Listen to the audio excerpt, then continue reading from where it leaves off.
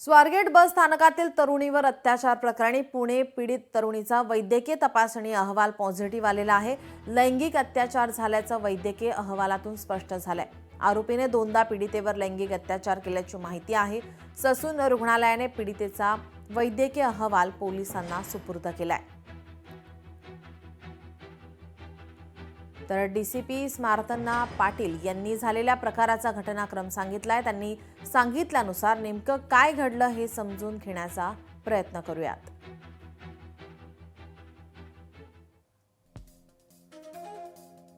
त्या आरोपीने विचारलं, तुम्ही कुठे जात आहात?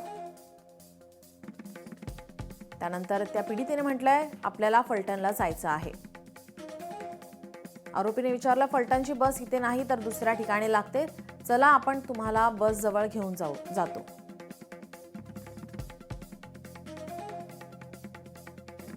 पीडितेने म्हटलंय, बसमध्ये तर अंधार आहे।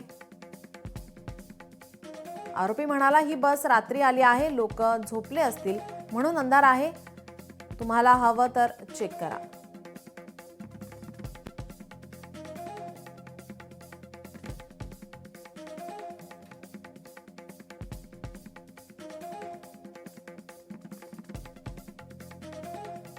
त्यानंतर लैंगिक अत्याचार झाला आणि ही संपूर्ण घटना आता समोर येते।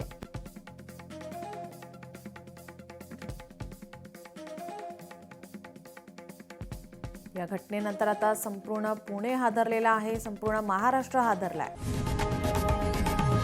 लोकशाही मराठी ऐका, पहा, जागरूक रहा।